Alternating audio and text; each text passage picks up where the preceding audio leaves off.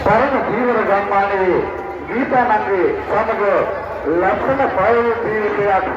ගත කිරීමට අවස්ථාව ලැබේවායි කියලා ප්‍රාර්ථනා කරන්නේ මවසා පියා රුපියල් 500ක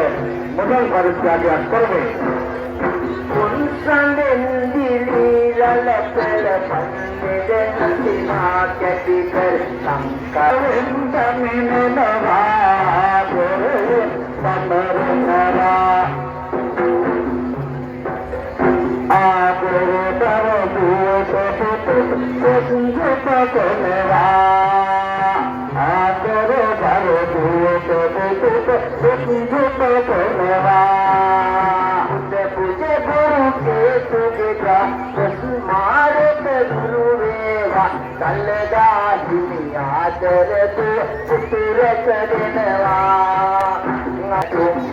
बिलस सुवनिल बिलवा अगदिन